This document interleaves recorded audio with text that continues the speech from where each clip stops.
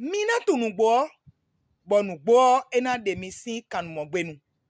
Donu mi do se do mogbe sin agbasa. Meweti bodo kodo ebo kodo de o de sota de o. Danda me o mero kodo me bodo atingbando mama ye me wele bida atingbando e.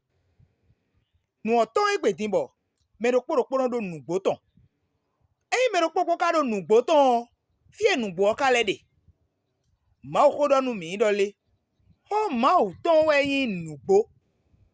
Jesu ma o si fi dokpono bo ma o se do gbe o me bo ewa kun gbe o gan e edo mi na tun nugbo ho ma o ton do de ne bo nugbo ena de mi si kan mo gbenu nugbo we de a ho ma o ton we nugbo be to emi mini tun nugbo bo nugbo ni tukanu mi jansi o ma ta ton ka me gbanu kun we so